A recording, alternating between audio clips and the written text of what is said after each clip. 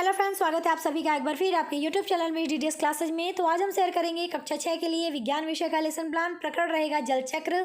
तो वीडियो को पूरा देखिएगा, पसंद आएगी वीडियो तो छोटी सी रिक्वेस्ट है कि वीडियो को लाइक कर दीजिएगा, शेयर कर दीजिएगा दोस्तों के साथ। चैनल पे पहली बार आए हैं तो प्लीज़ चैनल को सब्सक्राइब करके बेल बटन को प्रेस कर दीजिए, ताकि ऐसे ही वीडियो जब भी मैं आप लोगों के लिए अपलोड करूँ तो उसकी नोटिफिकेशन आप लोगों को सबसे पहले मिल जाए।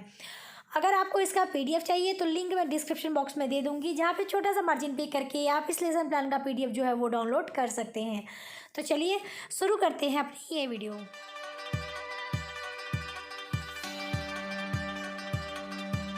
सबसे पहले आप अपने अपने विद्यालय का नाम लिखेंगे, फिर दिनांक, फिर कक्षा, विषय, कालांश, वर्ग, उप विषय और अवधि। ठीक है, ये सारी चीज़ें लिखेंगे।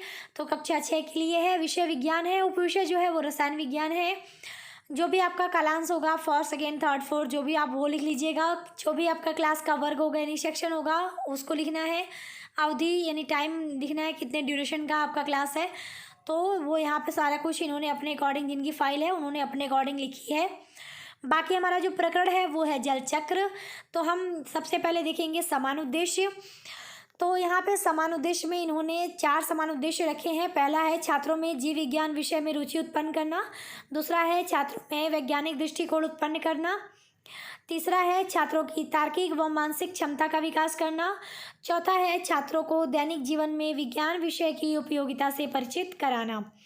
बात करते हैं विशिष्ट उद्देश्य की। तो इन्होंने विशिष्ट उद्देश्य में यहाँ पे जो है पहला लिखा है ज्ञानात्मक उद्देश्य। उसके अंतर्गत 2 पॉइंट लिखे हैं, जिसमें कि पहला ज्ञानात्मक उद्देश्य का पहला उद्देश्य है छात्र जल चक्र के बारे में जान सकेंगे। दूसरा है छात्र जल चक्र का प्रत्यास्मरण कर सकेंगे। बात करें बोधात्मक उद्देश्य की, तो इसमें पहला है छात्र जल चक्र का वर्गीकरण कर सकेंगे। चलिए आगे बढ़ते हैं। फिर आता है हमारा क्रियात्मक उद्देश्य। तो इसमें है छात्र जल चक्र से संबंधित ज्ञान का प्रयोग कर सकेंगे। चौथा है विश्लेषणात्मक उद्देश्य। तो छात्र जल चक्र के आवश्यक घटकों का विश्लेषण कर सकेंगे। फिर बारी आती है सहायक सामग्री की। तो इसमें लिखेंगे चौक, डस्टर, लपेट, सैंपट, चार्ट इत्यादि। और आपका पूर्व ज्ञान हो जाएगा छात्र जल के बारे में सामान्य जानकारी रखते हैं। तो अब हम जो है आगे बढ़ेंगे, देखेंगे हमारा पाठ प्रस्तावना प्रश्न। तो पाठ प्रस्तावना प्रश्न के लिए देखिए आपको 3 सेक्शन करने हैं। एक में क्रम संख्या लिखना है, एक में छात्राध्यापक क्रिया और एक में आपको विद्यार्थी अनुक्रिया लिखना है, जिस तरह से यहाँ पे लिखा गया है। तो यहाँ पे जो पहला प्रश्न है कि जल हमारे किस किस काम आता है, बच्चे बताएंगे जल हमारे पीने, नहाने, कपड़े धोने आदि के काम आता है।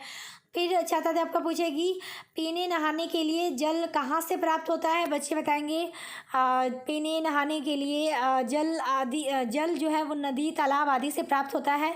देखिए इन्होंने ना जो मात्रा है शब्दों में कहीं कहीं पर जैसे गलत लिखा हुआ है, तो आप उसको करेक्ट कर लीजिएगा।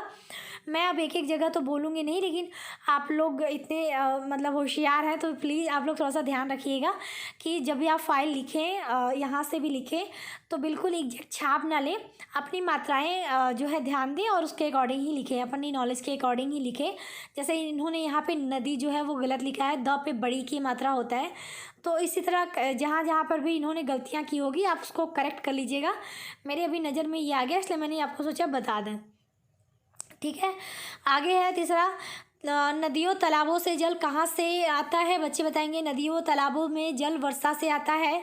फिर चौथा है वर्षा किस प्रक्रिया द्वारा होता है, तो बच्चों को नहीं पता तो बच्चे यहाँ पे देखिए आप मौन लिख दे, मौन भी लिख सकते हैं, अस्पष्ट उत्तर भी लिख सकते हैं। ठीक है, मौन या अस्पष्ट उत्तर। फिर उसके बाद अब नीचे उसके जरूर लिखे समस्यात्मक प्रश्न। डायरेक्टली इन्होंने लिखा है, लेकिन आप जिस तरह मैं बता रही हूँ उस तरह लिखेंगे तो ज़्यादा बेटर होगा। फिर बारी आती है उद्देश्य कथन की। तो लिखेंगे आज हम लोग जल चक्र के बारे में विस्तार पूर्वक अध्ययन करेंगे। तो ये आपने देख लिया हमारा पाठ प्रस्तावना प्रश्न। चलिए नेक्स्ट पेज पे चलते हैं और देखते हैं अपना पाठ प्रस्तुतिकरण। तो अब बारी आती है पाठ प्रस्तुतिकरण की। तो इसमें देखिए आपको टोटल 6 सेक्शन करने हैं। एक में लिखना है क्रम संख्या, एक में शिक्षण बिंदु, एक में छात्राध्यापक क्रिया, फिर एक में आपको विद्यार्थी अनुक्रिया, शिक्षण विधियाँ और सैंपट कार्य, यानी टोटल इतने आपको लिखने हैं। तो इस तरह से आप ना जो है सेक्शन कर लीजिएगा। फिर एक एक करके हम अब शिक्षण बिंदु की तरफ चलते हैं और उस जो है सारी चीज़ें देखते हैं। तो यहाँ पे जो हमारा पहला शिक्षण बिंदु है वो है जल चक्र की परिभाषा। तो इसमें छात्राध्यापिका पहले कुछ विकासात्मक प्रश्न करेगी बच्चों से। तो यहाँ पे जो पहला प्रश्न है कि हम किस ग्रह पर रहते हैं, बच्चे बताएंगे हम पृथ्वी ग्रह पर रहते हैं। दूसरा है पृथ्वी को और क्या कहा जाता है, तो बच्चों को नहीं पता, तो यहाँ पर जो है मौन रहेंगे बच्चे, और विधि में यहाँ पे हो जाएगा प्रश्नोत्तर विधि। ठीक है, तो यहाँ पर हम स्पष्टीकरण के माध्यम से बताएंगे। पृथ्वी का 70% भाग जल से घिरा है, जिसके कारण पृथ्वी को नीला ग्रह कहते हैं। जल चक्र का तात्पर्य पृथ्वी के स्थल मंडल तथा वायुमंडल के बीच होने वाले जल के चक्रीय प्रवाह से है। जल एक चक्र के रूप में महासागर से धरातल पर और धरातल से महासागर तक पहुँचता है। तो यहाँ पर इन्होंने जो है बता दिया कि पृथ्वी के बारे में, कि क्योंकि हमें पता है कि पानी की मात्रा बहुत अधिक है पृथ्वी पे, तो हम कहीं ना कहीं अगर हम इसे मतलब अगर पृथ्वी के बाहर से देखें तो ये हमको नीला दिखता है। मैक्सिमम पार्ट इसका जो है नीला देखने को हमें मिलता है, जिसकी वजह से इसे नीला ग्रह भी कहते हैं, क्योंकि पानी की क्वांटिटी ज़्यादा है अर्थ पे। तो इस तरह से इन्होंने सारी चीज़ें बता दी। विद्यार्थी अनुक्रिया भी देख लेते हैं, तो विद्यार्थी ध्यानपूर्वक सुनेंगे, विधि में व्याख्यान विधि हो जाएगा। ठीक है, तो ये सारी चीज़ें करने के बाद यहाँ पे इन्होंने कुछ बोधात्मक प्रश्न भी रखे हैं। तो इन्होंने पहला जो बोधात्मक प्रश्न रखा है वो है पृथ्वी का कितने % भाग जल से घिरा है, और दूसरा है पृथ्वी के स्थल मंडल तथा वायुमंडल के बीच होने वाले प्रवाह को क्या कहते हैं। तो पहले प्रश्न का बच्चे जवाब देंगे 70% भाग जल से घिरा है, और दूसरे का जवाब देंगे जल का चक्रीय प्रवाह। यहाँ पे इन्होंने विधि नहीं लिखा है, इसके सामने आप लोग लिख दीजिएगा प्रश्नोत्तर विधि। ठीक है, बोधात्मक प्रश्न के सामने आप लोग विधि में प्रश्नोत्तर विधि लिख लीजिएगा। तो इस तरह से देखिए हमने अपना पहला शिक्षा बिंदु कंप्लीट कर लिया। सेकंड शिक्षा बिंदु की तरफ बढ़ते हैं। सेकंड शिक्षा बिंदु हमारा है जल चक्र की प्रक्रिया। तो इसमें भी विकासात्मक प्रश्न है। पहला है खेतों में फसल कौन उगाता है, दूसरा है खेतों में पानी किन किन माध्यम से आता है। तो यहाँ बच्चे पहले क्वेश्चन का जवाब देंगे खेतों में फसल किसान उगाता है, दूसरे का नहीं पता तो मौन रहेंगे। विधि हमारी हो जाएगी प्रश्नोत्तर विधि। अब बारी आती है स्पष्टीकरण की। तो यहाँ पे स्पष्टीकरण में हम बताएंगे कि जल चक्र की प्रक्रिया जो है वो कहीं ना कहीं किस किस माध्यम से है। वाष्पीकरण मतलब जो प्रक्रिया है वो उसमें क्या क्या होता है। तो पहला है वाष्पीकरण, दूसरा संक्षेपण, तीसरा वर्षा। हम जल चक्र को मुख्यतः तीन भाग से समझेंगे। ये जो 3 भाग हमने बताए यही 3 भाग की बात हो रही है।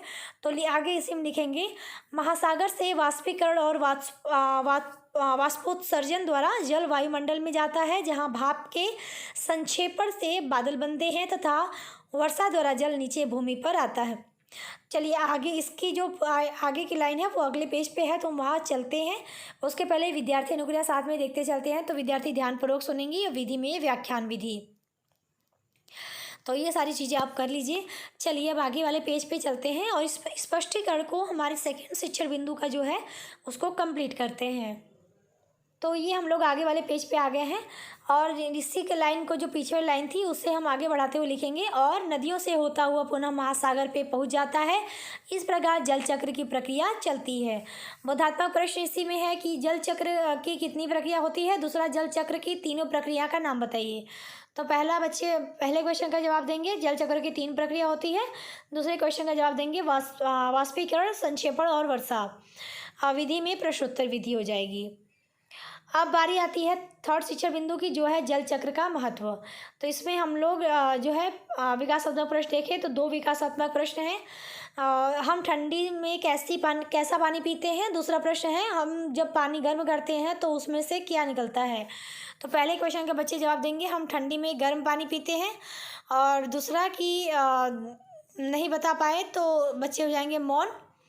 अब विधि में देखें तो प्रश्नोत्तर विधि हो जाएगी। ठीक है, तो यहाँ पर हम स्पष्टीकरण में समझेंगे कि जल ही जीवन है, जैसा कि हम सब ने सुना है, और जल के बिना हमारा जीवन संभव नहीं। उसी प्रकार जल चक्र की प्रक्रिया भी आवश्यक है। जल चक्र वर्षा के लिए जिम्मेदार होता है। प्रकृति में जल का संतुलन बना रहता है। जल चक्र मौसम परिवर्तन को भी नियंत्रण करता है। तो यहाँ पे इस तरह से स्पष्टीकरण दिया गया है। विद्यार्थी अनुक्रिया में विद्यार्थी ध्यानपूर्वक सुनेंगे, विधि में व्याख्यान विधि। ठीक है, इसके अलावा बोधात्मक प्रश्न की बात करें तो 2 बोधात्मक प्रश्न रखे इन्होंने। जल चक्र किसके लिए जिम्मेदार होता है, दूसरा जल चक्र किसको नियंत्रण करता है। पहले प्रश्न का जवाब बच्चे देंगे जल चक्र वर्षा के लिए जिम्मेदार होता है, दूसरा मौसम परिवर्तन को।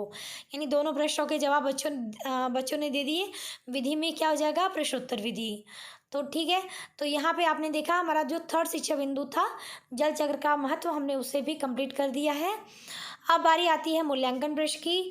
तो यहाँ पे मूल्यांकन प्रश्न में 3 प्रश्न हैं। पहला है जल चक्र से क्या तात्पर्य है, दूसरा है जल चक्र के मुख्यतः कितने चरण हैं, तीसरा है जल चक्र के चरण के नाम बताइए। फिर हम बात करते हैं निरीक्षण कार्य की। तो छात्राध्यापिका छात्रों को सैंपल कार्य अपनी उत्तर पुस्तिका में लिखने का निर्देश देगी तथा स्वयं कक्षा का निरीक्षण करेगी। फिर अब बारी आती है गृह कार्य की। तो जल चक्र की परिभाषा बताइए और दूसरा है जल चक्र की प्रक्रिया बताइए। तो इस तरह से आप अपना ये लेसन प्लान कंप्लीट करेंगे। चलिए सैंपल कार्य बचा है, सैंपल कार्य भी आपको दिखा देते हैं। तो इस तरह से आप अपना सैंपल कार्य कर लीजिएगा। तो ये था आज का वीडियो, आई होप आपको पसंद आया हो। तो चलिए मिलते हैं नेक्स्ट वीडियो में, तब तक के लिए टेक केयर, बाय बाय, जय हिंद।